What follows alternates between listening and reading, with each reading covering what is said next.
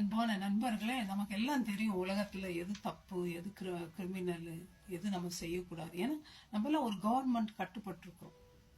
சில பேர் அப்படி கட்டுப்பட்டு இருந்தோம் மீறி என்ன பண்றாங்க, தப்பு செய்யறாங்க. அதே மாதிரி தாங்க ஆண்டவருடைய ராஜ்யத்துல ஆண்டவர் பாவத்தை செய்யக்கூடாதுன்னு கட்டளை போட்டிருக்காரு. 10 கமாண்ட்மெண்ட்ஸ் கொடுத்துருக்காரு.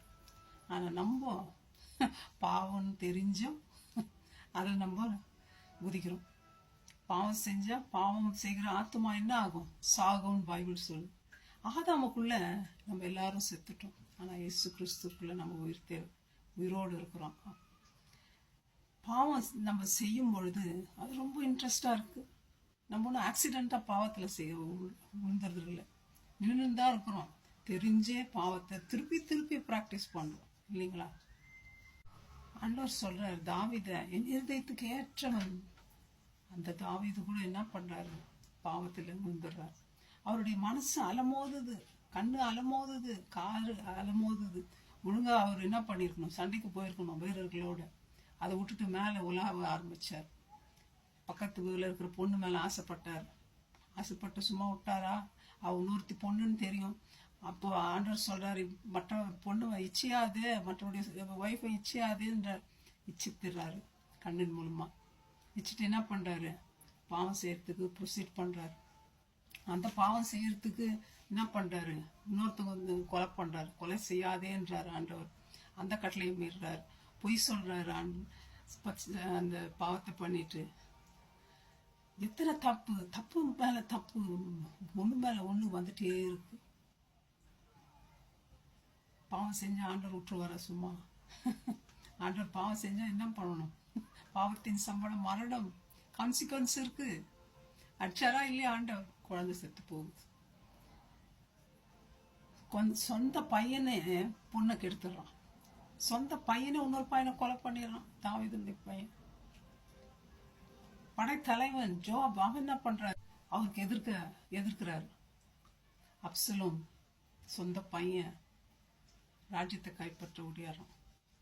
அவருடைய கிங்டம், ராஜ்யம் அவர் விட்டு எடுக்கப்படுது.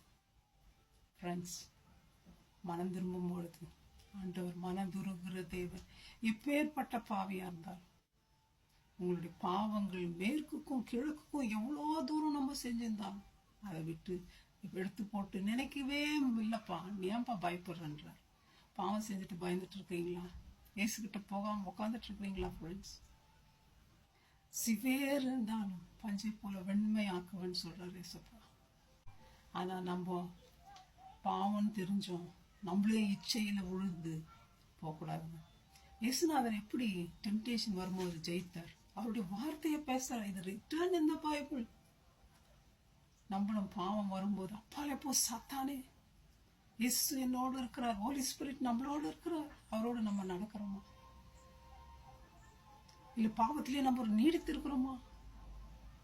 அப்படி பாவம் செஞ்சுட்டு உட்கார்ந்து இருந்தா எழுந்து வந்துருங்க. யோசிப்பு போல பாவம் வருதுன்னா ஓடுங்க, நிக்காதீங்க, பாவத்துல போய் விழுந்துடாதீங்க ஃப்ரெண்ட்ஸ். அப்படி பண்ணும்பொழுது செகண்ட் இன் கமாண்ட் ஆண்டவர் உங்களை உயர்த்துவார். பாவத்தை பிசாசானவனை எதிர்த்து நில்லுங்கள், அவன் ஓடி போவான். வேதம் என்ன சொல்லுதுங்க? 1 John 3:4, பாவம் செய்கிற எவனும் நியாயப்பிரமாணத்தை மீறுகிறான். நியாயப்பிரமாணத்தை மீறுகிறதே பாவம். எது பாவமா? அவருடைய கமாண்ட்மெண்ட்ஸ் மீறதான் பாவமா? நம்ம மீறுறோமா? யோசித்து பார்ப்போம் ஃப்ரெண்ட்ஸ். மனுஷரை ப்ளீஸ் பண்ண பாவம் செய்ய வேண்டாம். தேவனை ப்ளீஸ் பண்ண அவர் மேல நம்பிக்கையா இருந்து அவருடைய ரட்சிப்பின் பெற்றுக்கொண்டு பாவத்திலிருந்து நம்ம விடுதலை ஆகும். நம்ம ஒன்றும் அடிமைகள் இல்லை, பாவத்துக்கு விடுதலை ஆக்கப்பட்டவர்கள் நம்ம இயேசுவின் ரத்தத்தினால. ஸோ அவருடைய ரத்தத்தினால நம்முடைய பாவங்களை கழுவி சுத்திகரித்து கொண்டு ஆண்டவருடைய பிள்ளையாக ஜீவிப்போம். God bless you, my friends. Thank you. Bye-bye.